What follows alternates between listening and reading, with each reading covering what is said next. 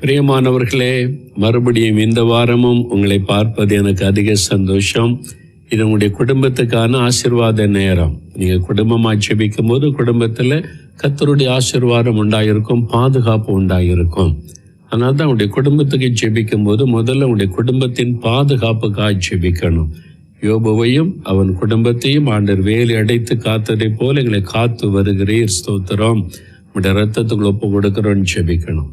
அடுத்தது குடும்ப சமாதானம். எங்கள் வீட்டுக்குள்ள எல்லாருக்குள்ள ஒரு மனம் இருக்கணும். கணவன், மனைவி, பெற்றோர், பிள்ளைகள், மாமியார், மருமகள் எல்லாத்துக்குள்ள ஒரு மனம், சமாதானம். சமாதானத்தை பாதிக்கிற எந்த காரியமும் எங்கள் வீட்டுக்குள்ள நுழையக்கூடாது.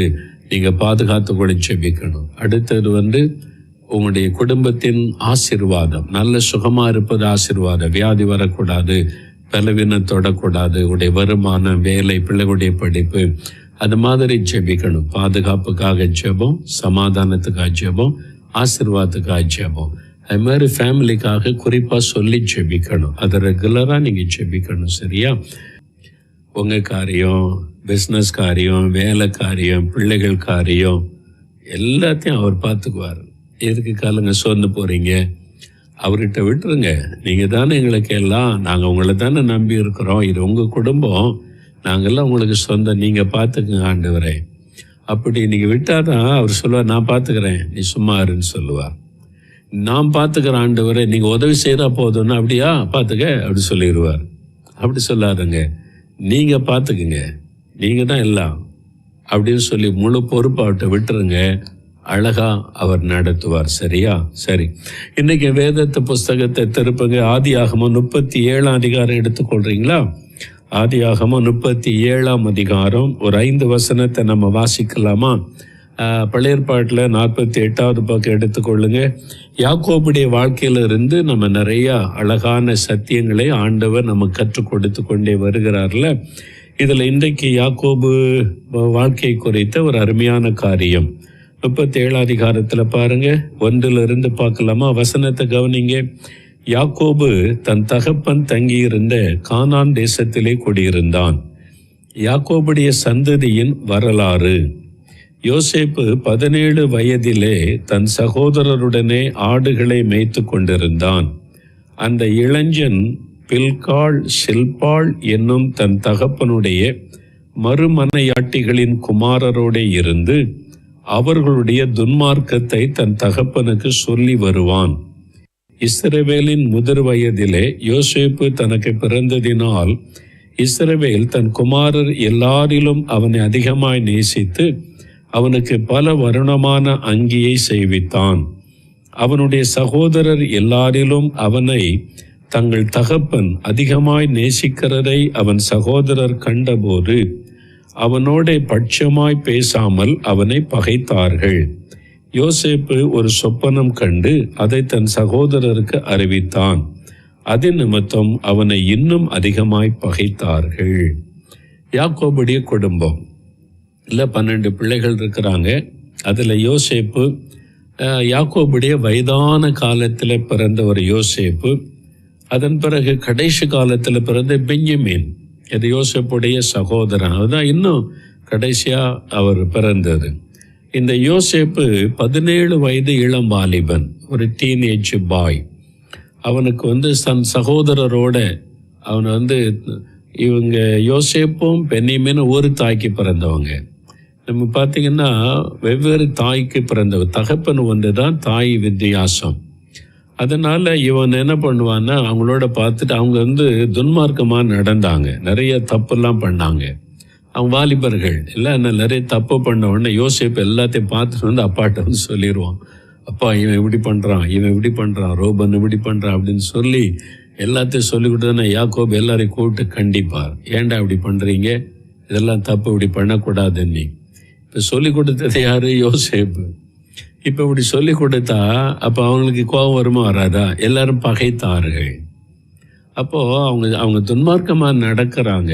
சகோதரன்கிட்ட பேசியிருக்கலாம், 17 வயசு, இதெல்லாம் தப்பு அண்ணன், இதெல்லாம் செய்யாதங்க, அப்பாவுக்கு தெரிஞ்ச வருத்தப்படுவாங்கன்னு சொல்லியிருக்கலாம்.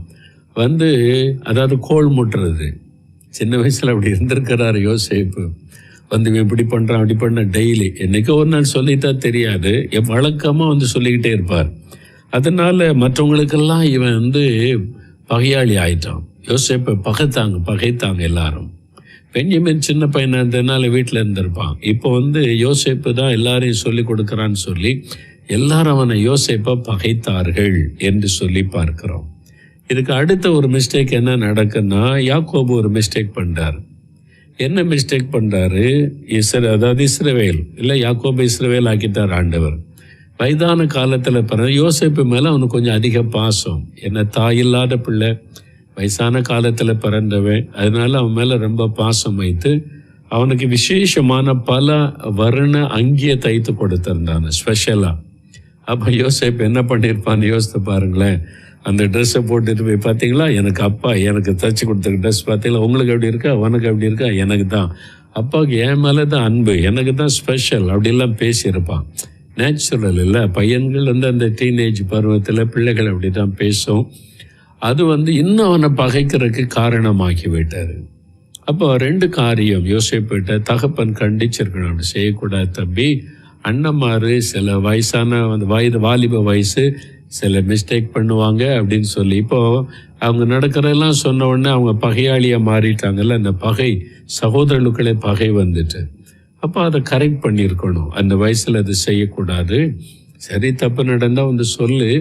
ரொம்ப வந்து கோல் சொல்கிற மாதிரி ரொம்ப டெய்லி சொல்லி அது தகப்பனுக்கு ஒரு கோபத்தை எரிச்சலை உண்டாக்கிறோம்ல.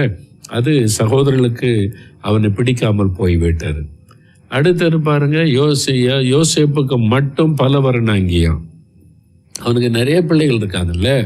அப்போ இவன் கொஞ்சம் சின்ன பையன், வயசான காலத்தில் பிறந்தவன் அப்படின்னு சொல்லி ரொம்ப அன்பு காமிச்சாலும் அது எல்லாரும் தெரிகிற மாதிரி யாக்கோபு அந்த இஸ்ரவேல் காண்பித்து கொண்டான். அதனால எல்லாரும் பகைச்சாங்க. சகோதரர்களுக்குள்ளே பகை உண்டாக காரணம் இஸ்ரவேல் பேரண்ட்ஸுடைய மிஸ்டேக். இதே காரியம்தான் ஈசாக்கு ரெபேக்காளு செய்தாங்க. ஒருத்தர் ஏசா மேலே ஈசாக்கு அன்பு காட்டுறாரு, யாக்கோபு மேலே ரெபேக்காள் அன்பு காட்டுறாங்க. 2 பேருக்குள்ளும் பகை உண்டாகி விட்டாரு. 2 பேரையும் ஒரே மாதிரி நேசித்து ஒரே மாதிரி நடத்தி இருந்தால் சகோதரருக்குள்ளே இந்த பகை வந்திருக்காது. அதில் ஏற்கனவே ஈசாக்கு அந்த தப்பு பண்ணிட்டாரு. யாக்கோபு திரும்ப அந்த இஸ்ரவேல் அதே தப்பு பண்ணுகிறார். அவருக்கு நடந்ததே இவர் பண்ணுறார் பாருங்க. அவங்க தாய் தகப்பன் செய்த தப்பு இவருக்கு தெரியல. அதனால எனக்கு அண்ணனுக்கு பகை வந்துட்டு அது மாறுறதுக்கு எவ்வளோ காலம் ஆச்சுன்னு அவருக்கு தெரியும். இதே காரியத்தை இவர் தப்பு பண்ணுகிறார். அப்போ என்ன செஞ்சிருக்கணும்? எல்லாருக்கும் ஒரே மாதிரி ட்ரெஸ் எடுத்து கொடுத்துருந்தா எல்லாரும் சந்தோஷப்பட்டிருப்பாங்க. அப்பா எல்லாரையும் ஒரே மாதிரி நேசிக்கிறாங்க. இவனுக்கு மட்டும் தனியாக ஒரு ட்ரெஸ்ஸுன்னா இவன் போட்டுட்டு போய் எல்லாம் காமிச்சிருப்பான். பாருங்க எனக்கு மட்டும்தான் அப்பா எடுத்து கொடுத்தாங்க, நான் தான் ஸ்பெஷல், நீ கிடையாது அப்படின்னு. உங்கள் வீட்டில் நடக்குதா?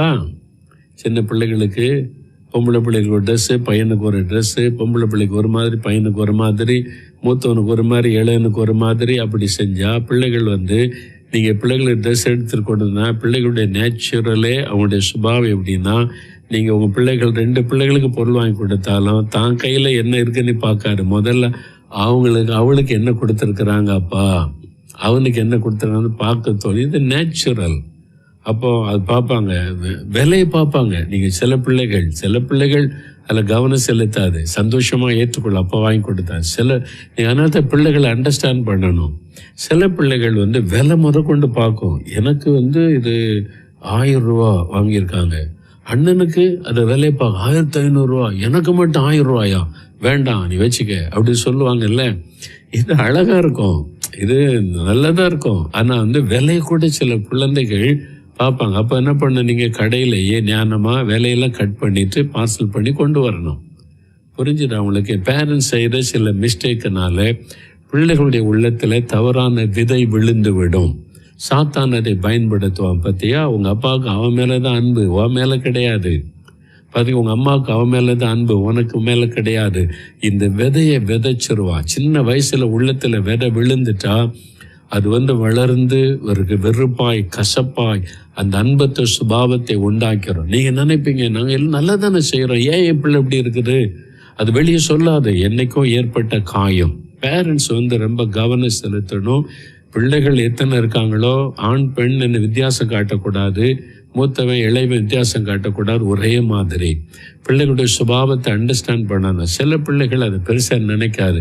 அண்ணனுக்கு தானே, அக்காவுக்கு தானே, தங்கச்சிக்கு தானே, தம்பிக்கு தானே நிறம், அது நோ ப்ராப்ளம். சில பிள்ளைகள் ரொம்ப சென்சிட்டிவாக சின்னதையும் கவனிப்பாங்க, இது என்ன விலை. இப்போ அவங்க போய் நமக்கே தெரியாது, அவங்க ஆன்லைன்லலாம் வருதில்ல, அதில் போட்டு பார்த்துருவாங்க விலை என்னதுன்னு. தெரியுமா அவங்களுக்கு? சில பிள்ளைகள் நீங்கள் வாங்கி கொடுப்பீங்க, பிள்ளைகளுக்கு ஒரு பொருள் வாங்கி கொடுக்குறேன்னு வைங்க, இது நீங்கள் விலையெல்லாம் கட் பண்ணிட்டு வந்தால் கூட ஆன்லைனில் போட்டு பார்த்து இது விலை இவ்வளவு, அண்ணனுக்கு விலை இவ்வளவு, அவனுக்கு வாங்கி கொடுத்தது விலை யார் சொன்னால் என்ன இருக்கும் பார்த்துட்டல அப்படின்னு சொல்லுவாங்க. அப்போ அந்த மாதிரி பிள்ளைகளும் இருப்பாங்க. அப்போ நீங்கள் ரொம்ப கவனமாக இருக்கணும். நீங்கள் அதை சாதாரணமாக எடுக்கக்கூடாது, பிள்ளைகளை திட்டக்கூடாது. அந்த பிள்ளைகளுடைய இருதயம் சென்சிட்டிவ், ரொம்ப கவனம். அப்போ அவனை நேசிக்கிற மாதிரி என்ன அப்பா நேசிக்கணும், அதான் அவருடைய எதிர்பார்ப்பு. அந்த பிள்ளையோட எதிர்பார்ப்பு என்னன்னா, அன்பு மாறக்கூடாது, எனக்கும் அதே அன்பு எனக்கு கிடைக்கணும். பேரண்ட்ஸ் நீங்கள் கவனம் செலுத்தணும். பிள்ளைகளுக்குள்ள 2 பேர் இருக்காங்க, 3 பேர் இருக்காங்க, எத்தனை பேர் இருக்கட்டும், ஒரே மாதிரி அன்பு செலுத்துவதில் கவனம் செலுத்தணும். அப்படி இல்லை, நீங்கள் ஒருத்தருக்கு முக்கியத்துவம் கொடுக்குறீங்க, சின்ன குழந்தை அப்படின்னா அவங்கள உட்கார வச்சு பேசணும். நீங்கள் நான் இது குட்டி பாப்பா, இது குட்டி தம்பி, நீ தான் அவனை நேசிக்கணும், பார்த்துக்கணும், கொஞ்சம் பெருசாக வளர்ந்துட்ட வேற எதுவும் அவனை புரிய வைக்கணும். இல்லாட்டா நீங்கள் அவனை ரொம்ப கொஞ்சுறீங்க, அவனுக்கு ரொம்ப செல்லம் கொடுக்குறீங்க.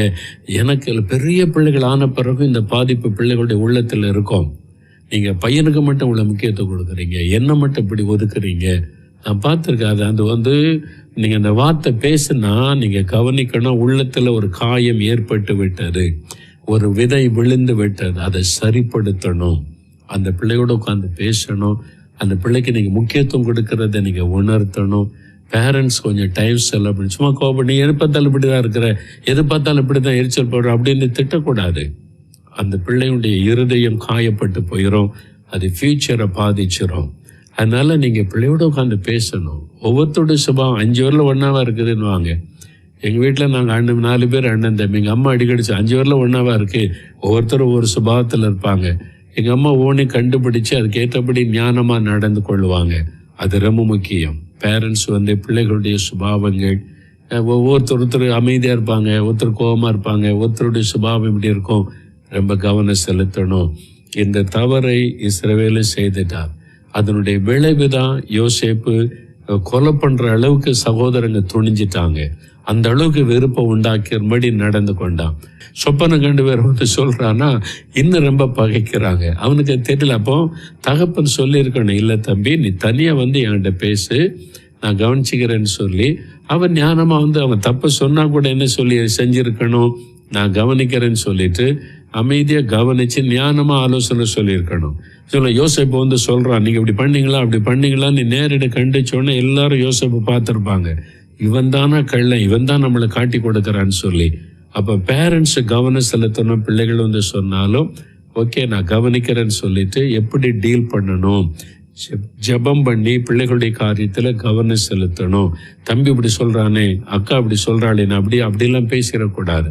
எல்லாத்தையும் உள்வாங்கி கொண்டு ஜெபம் பண்ணி அதை எப்படி பிள்ளைகள்கிட்ட பகிர்ந்து கொள்ளணும் அப்படின்னு கவனமாக நீங்கள் டீல் பண்ணணும். ஒவ்வொரு பிரச்சனையை பிள்ளைகளை வளர்க்குறதுல எனக்கு ஞானம் தாங்க ஆண்டவரே நீ கேட்கணும். ஒவ்வொரு காரியத்தில் கவனமாக நீங்கள் டீல் பண்ணணும். ஆண்டவர்கிட்ட முதல்ல பிரச்சனை கொண்டு போனி, பிள்ளை இது சொல்லுற ஆண்டவரே நான் என்ன செய்யட்டும்னு ஜெபிச்சா ஆண்டவர் அழகாக கைட் பண்ணுவார். அதன்படி நீங்கள் செய்யணும். இல்லாட்டா அவங்களுக்குள்ள பகை வந்துடும், கசப்பு வந்துடும், கொலை பண்ணுற அளவுக்கு துணிஞ்சிட்டாங்க. அதற்கு காரணம் இஸ்ரவேல் பண்ணின தப்பு, அதை நீங்கள் பேரண்ட்ஸ் பண்ணின தவறு. தயவு செய்து இந்த மாதிரி காரியத்துக்கு இடம் கொடுக்காம, இதெல்லாம் நமக்காக தான் எழுதப்பட்டிருக்கு, இந்த மாதிரி தப்பு நீங்கள் பண்ணாதங்க அப்படின்றது தான் ஆண்டவர் எழுதி வச்சிருக்கிறார். அப்போ நீங்கள் ஒவ்வொன்றையும் தியானிக்கும் போது அழகாக ஆண்டவர் கைட் பண்ணுவார் நம்மளை. நீங்கள் கவனமாக இருக்கணும். சரி, இப்போ உங்கள் பிள்ளைகளுக்குள்ள அப்படி ஒரு எண்ணம் வந்திருக்குன்னா உட்காந்து பேசணும். நீங்கள் எனக்கு அப்பா சப்போர்ட், எனக்கு தமாசுக்கு சொன்னால் ஓகே. சில சமயத்தில் அது அப்படியே வளர்ந்து வளர்ந்து வளர்ந்து உள்ளுக்குள்ளே காயமாறு. அப்பா என்னைக்கு என்னை நேசிக்கிறது இல்லை, அம்மா என்னைக்கு என்னை திட்டிக்கிட்டே இருப்பாங்க, என்னை நேசிக்கிறது இல்லை, அப்படி ஆயிரும். நீங்கள் பெற்றோர் அதுக்கு இடம் கொடுக்காம, இல்லைம்மா அம்மா உன்னை மேலே ரொம்ப அனுபவிச்சிருக்கிறாங்க, அப்பா உன்னை நேசிக்கிறாங்க, நாங்கள் 2 பேரும் உங்களை நேசிக்கிறீங்க, 2 பேரும் எங்களுக்கு ஆசீர்வாதம் தேவன் கொடுத்த ஆசீர்வாதம். நீங்கள் யாரும் எல்லாரும் நீங்கள் 2 பேரும் எங்களுக்கு முக்கியம். நாங்கள் ஒரு ஜாலிக்காக அப்படி பேசுகிறோம், அவ்வளோதான். நீங்கள் தப்பாக நினைக்கக்கூடாதுன்னு விளங்க பண்ணிடணும். அப்படி இல்லாட்டா நீங்கள் விளையாட்டாக பேசுகிறது கூட, அம்மா நான் என்னைக்கு அம்மா என் பிள்ளை சைடு தான், என் பையன் சைடு தான், நீ அந்த சைடு தான், நீ பிரிச்சிட்டீங்க. அவங்க உள்ளத்தில், சில பிள்ளைகளுடைய உள்ளத்தில் அது விதையாக விழுந்து பெரிய பாதிப்பை உண்டாக்கிறோம். நீங்கள் கவனம் செலுத்துங்க. நீங்கள் பிள்ளைகளையே குற்றப்படுத்தி பிள்ளைகளுக்குள்ள காயத்தை உண்டாக்கி பகையை ஏற்படுத்திடாதுங்க. அது தலைமுறையாக சிலருடைய வாழ்க்கையில் தொடர்ந்துடும். பெரிய பிள்ளையான எனக்கு அப்போ இருந்தே எங்கள் அம்மா எங்கள் அப்பா இப்படி தான், உனக்கு படித்த பாதை உனக்கு தான் எல்லாம் செய்வாங்க அப்படின்னு அவங்க வயசான காலத்தில் கூட பேசுவாங்க. அந்த அளவுக்கு பாதிப்பு. நீங்கள் இடம் கொடுத்துடக்கூடாது. சரியா? ஜெபிக்கலாமா? முழங்கால் பிடிக்கிட்டு, ஆண்டவரே பிள்ளைகளை வளர்க்கக்கூடிய ஞானத்தை தாங்க. எல்லா பிள்ளைகளையும் நாங்கள் ஒரே மாதிரி நேசிக்கணும், அன்பு காட்டணும். அதை நாங்கள் சரியாக பிள்ளைகளுக்கு புரிய வச்சு கவனமாக வளர்க்க எனக்கு ஞானம் கொடுங்க. நான் தவறு செய்திருந்தால் என்னை மன்னிச்சிருங்க ஆண்டவரேன்னு கேளுங்க. என்னுடைய பிள்ளைகள் ஒவ்வொருவரையும் நான் ஒரே மாதிரி நேசிக்கணும். அவங்களுக்குள்ள பகையோ கசப்போ வர நான் காரணமாயிடக்கூடாது, நாங்கள் காரணமாயிடக்கூடாது. பிள்ளைகளை புரிந்து கொண்டு கவனமாக நாங்கள் பிள்ளைகளை நடத்த எங்களுக்கு உதவி செய்யுங்க ஆண்டவரே அப்படின்னு ஆண்டவரிடத்தில் கேளுங்க. பிள்ளைகளோட மனம் திறந்து பேசுங்க. பிள்ளைகளும் அப்பா அம்மாவுடைய அன்பை புரிந்து கொள்ளணும். அவங்க எல்லாரையும் ஒரே மாதிரி தான் நேசிப்பாங்க. அவங்கள்ட்ட சாரி கேட்டு ஒப்புரவாயிரணும். உங்களுடைய பிரதர் சிஸ்டர் அவங்க மேலே கசப்பு வைத்து கொள்ளக்கூடாது. ஆண்டவர் எனக்கு கொடுத்த சிஸ்டர், ஆண்டவர் எனக்கு கொடுத்த பிரதர் அப்படி சொல்லணும். கர்த்தர் எனக்கு தந்திருக்கிறாரு. எத்தனையோ பேருக்கு அது இல்லை, எனக்கு இந்த சிஸ்டர் இந்த பிரதரை தந்திருக்கிறான்னு சொல்லி ஆண்டவரை துதிக்கணும். நாம் ஜெபிக்கலாம். தகப்பனே, உம்முடைய வசனங்களை கொண்டு எங்களோடு பேசுகிற அன்பிற்காய் நன்றி. குடும்பங்களுக்குள்ளே பிள்ளைகளுக்குள்ளே எந்த கசப்புகளும் வேறுபாடுகள் வந்துவிடாதபடி கவனமாய் நாங்கள் ஞானமாய் வளர்க்கக்கூடிய ஞானத்தை எங்களுக்கு தாங்க. பெற்றோருக்கு கொடுங்க. ஒவ்வொரு பிள்ளைகளையும் நாங்கள் கவனம் செலுத்தி வளர்க்கவும், பிள்ளைகளை புரிய வைத்து வழி நடத்தவும் கிருபை கொடுங்க. எங்கள் பிள்ளைகள் ஒருவருக்கொருவர் அன்பாக இருக்கணும், கசந்து கொள்ளக்கூடாது, வெறுப்பு வந்துடக்கூடாது. அவங்க எல்லாம் ஒன்றா மகிழ்ச்சியாக சந்தோஷமாக இருக்கணும். அதற்காக ஜெபிக்கிறோம். இந்த ஒரு மனதை கெடுக்கிற பிசாசு, இந்த தவறான விதைகளை போடுகிற சாத்தானுடைய வல்லமை அழிக்கப்படட்டும். சமாதானத்தை கெடுக்கிற ஆவி விலகட்டும் என்று ஜெபிக்கிறோம்.